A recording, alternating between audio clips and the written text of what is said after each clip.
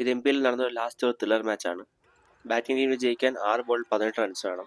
First ball തന്നെ batsman ഒരു 6 അടിച്ചിരിക്കുകയാണ്. Second ball ചെയ്യുന്നത് അൻഷാദാണ്. ബാറ്റ് ചെയ്യുന്നത് ശൈലേഷ് ഏട്ടനാണ്. നല്ലൊരു ബോൾ.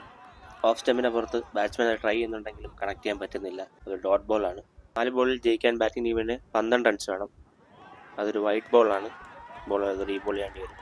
ഇനി ബാറ്റിംഗ് ടീമിന് ജയിക്കാൻ 4 ബോളിൽ 11 റൺസ് മാത്രം മതി. മൂന്നാമത്തെ ബോൾ, അതും ഓഫ് സ്റ്റമ്പിന് പുറത്ത് നല്ലൊരു ബോൾ. ബാറ്റ്സ്മാൻ ട്രൈ ചെയ്യുന്നുണ്ട്. മൂന്നാമത്തെ ബോൾ നല്ലൊരു ബോളാണ്. അത് അണ്ടർ എഡ്ജ് ആവുകയാണ്. അവരത് റൺ ചെയ്യാൻ ട്രൈ ചെയ്യുന്നില്ല. ശൈലേഷ് ഏട്ടൻ തന്നെ സ്ട്രൈക്ക് എടുത്ത് കളിക്കാനാണ് പ്ലാൻ ചെയ്യുന്നത്. പുള്ളി സെറ്റായി നിൽക്കുന്ന ബാറ്റ്സ്മാനാണ്. ഇനി 2 ബോളിൽ ജയിക്കാൻ 11 റൺസ് വേണം. അതും ബാറ്റ്സ്മാൻ ട്രൈ ചെയ്യുന്നുണ്ടെങ്കിലും നല്ലൊരു ബോളായിരുന്നു. ഒരു സിംഗിൾ മാത്രമായിട്ട് അത് അവസാനിച്ചു. കളി ഇപ്പോൾ പൂർണ്ണമായിട്ടും ബോളിംഗ് ടീമിൻ്റെ കയ്യിലാണ്.